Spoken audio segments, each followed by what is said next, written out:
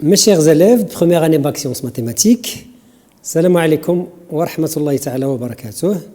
Je suis ravi de vous trouver dans cette nouvelle leçon, toujours dans l'étude du fameux vecteur, mais cette fois-ci avec une opération qui n'est pas possible dans le plan vectoriel, seulement dans les espaces vectoriels. Alors, elle est intitulée produit vectoriel. Alors, dans cette leçon, on va orienter l'espace comme on a orienté le plan. Alors, on récapitule un peu, on a orienté les droites par le mouvement sur une droite, soit de A vers B, soit de B vers A, c'est le contraire. On a orienté les plans en orientant le mouvement sur tous les cercles.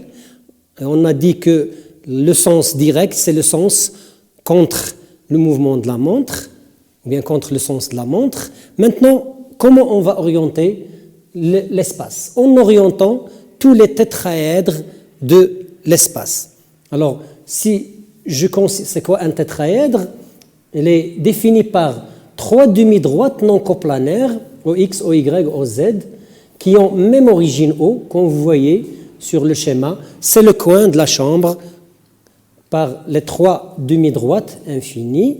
Alors, ces trois demi-droites, ils définissent ce qu'on appelle un tétraèdre. On le note OX, OY, OZ sans écrire les formes des demi-droites, parenthèses et accolades. Crochet plutôt. Alors, comment on oriente les tétraèdres? En utilisant la méthode du bonhomme d'Ampère. Le bonhomme d'Ampère, c'est un observateur qui a les pieds sur le haut, le point d'origine des trois demi-droites. Il regarde vers OX, il met sa main gauche vers le OY. Alors, cette orientation, c'est ce qu'on appelle l'orientation directe. Si c'est le contraire, s'il regarde le côté gauche, sa main droite, c'est le OY, alors on a dit qu'on a orienté le tétraèdre de façon indirecte. Alors, comme vous voyez, sur la première figure, le bonhomme d'Ampère, sa main gauche vers le OY, il regarde le OX, ses pieds sur le O, sa tête c'est vers le OZ, c'est le tétraèdre direct. Alors, c'est de la même façon qu'on va orienter tous les tétraèdres, comme ça on dit qu'on a orienté l'espace. Alors, une base et un repère orienté, c'est quoi? Alors, soit OIJK, un repère de l'espace, comme on a défini dans la leçon des vecteurs dans l'espace. Si je pose I est égal à OA, J est égal à OB et le vecteur K est égal à OC, alors en enlevant le point O, on dit que IJK est une base directe si le tétraèdre OA, OB, OC est direct. Et on dit que le repère OIJK est direct si la base IJK est directe, comme vous voyez ici sur la figure OI. Si je tourne de I vers J, j'utilise soit la règle du bonhomme d'Ampère ou bien aussi la règle des tire-bouchons. Si j'essaie d'ouvrir ou bien de fermer le bouchon, en passant de I vers J, je vois ici que j'ouvre, donc le K, c'est en haut. Si le I est ici, à la place de J, le J à la place de I, en choisissant le sens de I vers J, comme on a le tire-bouchon, je ferme, donc le K, ça sera en bas, et c'est ça une autre façon de déterminer l'orientation du plan. Alors, maintenant, passons à la définition du produit vectoriel, notre but dans cette leçon. Le produit vectoriel, c'est une opération entre les vecteurs. La première des choses, sa nature, c'est un vecteur. Ce n'est pas comme le produit scalaire, c'est un nombre réel. Faites attention. Le produit scalaire de deux vecteurs, c'est un nombre réel. Le produit vectoriel de deux vecteurs, c'est un vecteur. Nos résultats doivent être un peu logiques. Comment on le dit? Puisque c'est un vecteur, on va le définir comme on a défini les autres vecteurs, par la direction, le sens et la norme. Alors, soit UV, donc j'ai besoin que l'espace soit orienté. Donc, soit UV de vecteur de l'espace, orienté. Je pose U est égal à B, V est égal à C. Alors, ce produit vectoriel, Si les deux vecteurs sont collinéaires, leur produit vectoriel est le vecteur nul. S'ils ne sont pas, c'est-à-dire s'ils ne sont pas collinéaires, alors ce produit vectoriel, c'est un vecteur dont la direction, c'est la direction orthogonale aux deux vecteurs U et V. Alors vous voyez ici, j'ai mon U, ici c'est pas N, c'est U, ici le V, alors le W il est perpendiculaire à U, orthogonal à U et orthogonal à V, c'est ça la direction de ce vecteur.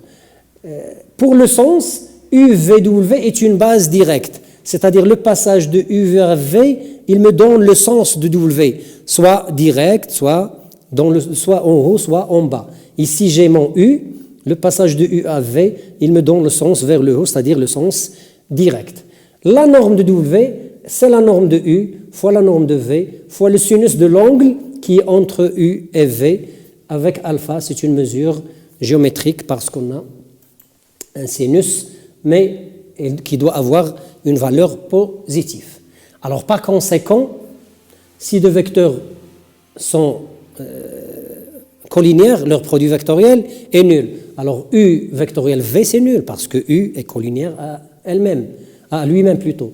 Le vecteur U, produit vectoriel vecteur nul, est égal au produit vectoriel du vecteur nul avec U est égal au vecteur nul. Si deux vecteurs non collinéaires d'espace AB, alors UV et le produit vectoriel U vectoriel V est une base directe, comme on a vu d'après la définition. Si de plus, la norme de U est égale à la norme de V est égale à 1, ce qu'on dit que ce sont des normes unitaires, et leur produit scalaire est nul, c'est-à-dire ils sont orthogonaux, alors la base UV, U vectoriel V, est une base orthonormée directe. Une remarque importante, alors le produit vectoriel c'est un vecteur, comme j'ai dit, mais le produit scalaire c'est un nombre. Alors si je pose R est égal le quadruplet OIJK formé d'un point et de trois vecteurs, c'est un repère orthonormé direct s'il vérifie les trois conditions. I, J et K sont trois vecteurs non coplanaires, ils sont orthogonaux 2 à 2, c'est-à-dire le produit scalaire 2 à 2 est nul, et ils sont normés, le norme de chacun est égal à 1, et il vérifie que I vectoriel J est égal à K, et J vectoriel K est égal à I, et K vectoriel I est égal à J. Vous voyez qu'on tourne dans le même sens. IJ, il donne K, JK, il donne I, et KI, il donne J. C'est ça le fait d'être un repère orthonormé direct. Alors, comme propriétés, sont des propriétés essentielles du produit vectoriel avec la somme des vecteurs. La somme, c'est aussi une opération interne entre les vecteurs. Alors, vous voyez ici, on a ces propriétés. On va interpréter ici ce que ça veut dire la norme, ou bien ce que ça veut dire, bien sûr, la norme du produit vectoriel des deux vecteurs AB et AC, dans le cas où ils ne sont pas collinéaires, car dans le cas collinéaire, leur produit vectoriel est nul, donc la norme, c'est nul. Alors, si AB et AC sont deux vecteurs non collinéaires, la norme du produit vectoriel AB-AC, c'est l'aire du parallélogramme construit sur les deux côtés AB et AC. Alors, la démonstration n'est pas du tout difficile. Elle est basée sur le fait que l'aire du parallélogramme, c'est 2 fois l'aire du rectangle ABC, et on a le fameux du triangle ABC, oui, et on a le fameux théorème de la surface d'un triangle ABC, c'est base fois hauteur, sur 2, on l'utilise, et on a ce 2S, 2 fois l'aire du triangle ABC, c'est AB fois AC fois le sinus, et c'est ça la définition de la norme du produit vectoriel, en utilisant à la place de U le vecteur AB, à la place de V le vecteur AC. Alors, maintenant on a défini le produit vectoriel, on passe à sa définition analytique, c'est-à-dire en fonction des coordonnées, des nombres réels. Comment on peut aboutir à ça? Par le paramètre ou bien le pont d'un repère qui lie l'espace vectoriel avec, plutôt l'espace avec les nombres réels.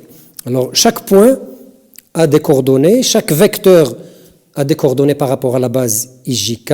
Si je prends deux vecteurs U et V de l'espace V3, ça veut dire que x, y, z, le triplet de coordonnées, c'est l'écriture que U est égal à xi plus yj plus zk. De la même chose pour le V. Alors quand j'écris U vectoriel V, en utilisant les propriétés qu'on a vues avant, je trouve cette expression que U vectoriel V est égal le déterminant yz fois i, moins, ici il y a un moins et non pas plus, xz, x'z', plus le déterminant xy, y'k. Alors ce sont les déterminants extraits des vecteurs i, u et v qu'on a déjà vus. Alors les coordonnées maintenant du vecteur u vectoriel v sont ces trois déterminants, avec le second avec un moins. C'est une très bonne utilisation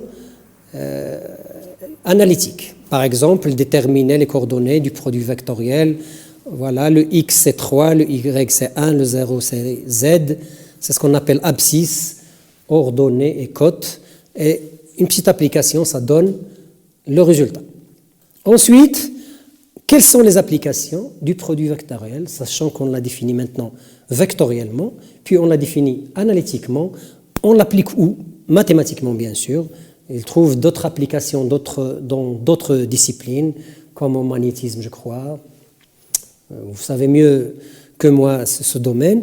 Alors, on l'applique dans l'aire d'un triangle. On a vu, ou bien on a interprété la norme du module, ou bien de la norme du vecteur U vectoriel V par l'aire du parallélogramme tracé sur les deux côtés. Ou bien c'est deux fois la surface, bien l'aire du triangle ABC. Donc voilà une propriété d'utilisation de produit vectoriel. On prend un petit exemple, 3 points ABC. Pour pouvoir construire un triangle ABC, il faut qu'il soit non aligné. Donc essayez de le prouver. C'est une très bonne application de le non-alignement des points. C'est la non-collinéarité des vecteurs ABAC. La non-collinéarité, c'est le produit vectoriel non nul. Puis on calcule l'aire de ce triangle à partir de cette formule. Deuxième application, c'est définir un plan à partir de 3 points de ce plan. Si je prends 3 points A, B, C et D, plutôt A, B, C, je m'excuse, 3 points seulement et non pas 4. Alors, j'ai un point, il me faut 2 vecteurs directeurs. Je les ai, j'ai A, B, A, C. Mais on a défini, dans la leçon du produit scalaire, un plan par un point et un vecteur normal. Donc, on a besoin d'un vecteur normal. Mais d'après la définition du produit vectoriel, le produit vectoriel AB vectoriel AC est normal à AB AC. Et par suite, elle est normale au plan ABC. Donc, c'est une autre application du produit vectoriel. Alors, une propriété, comment déterminer une équation d'un plan, sachant 3 points, vous pouvez utiliser cette propriété ou bien cette démarche. Une équation cartésienne d'un plan, c'est une relation entre les coordonnées d'un point quelconque de ce plan. Je prends M de coordonnées x, y, z. Si je trouve une combinaison linéaire de ces 3 coefficients, c'est ça ce qu'on appelle équation cartésienne. Donc, M appartient à ce plan géométriquement que AM est orthogonal au produit vectoriel AB vectoriel AC parce que c'est un vecteur normal au plan ABC.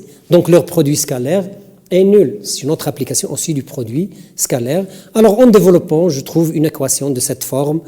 C'est l'équation cartésienne de ce plan ABC.